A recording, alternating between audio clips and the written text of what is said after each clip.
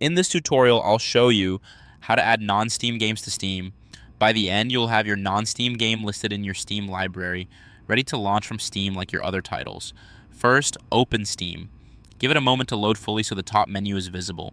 Click Games in the top menu bar. From the drop-down, select Add a non-Steam game to my library. A new window will open with a list of programs found on your computer. Wait for the list to load. Steam is scanning for installed applications, and this can take a few seconds. If the list is empty at first, just pause until it finishes. Tick the program or game you want to add by clicking the checkbox next to its name, if you're unsure it's the right one. Glance at the path shown under the list to make sure it points to the correct folder for your game.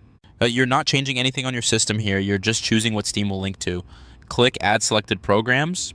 Steam will create a shortcut in your library. That's it for games that appear in the list. Add manually if the game isn't listed, or if you prefer to point Steam to a specific executable. In the same window, click Browse. A file browser opens so you can select the exact file Steam should launch. Find the game's .exe file. The .exe is the Windows application file that starts the game. Navigate to the folder where the game is installed. Common locations include program files, x86, or a custom games folder if you set one up.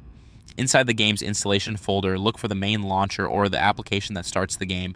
Avoid selecting an uninstaller or an updater.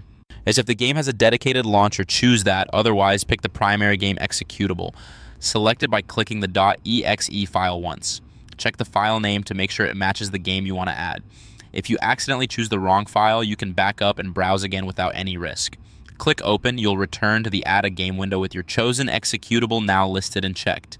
Click Add Selected Programs. Steam will add the manual entry to your library immediately. At this point, your non-Steam game has been added to Steam. You'll see it in your library with the name of the executable you selected. From here, you can launch it through Steam like any other title.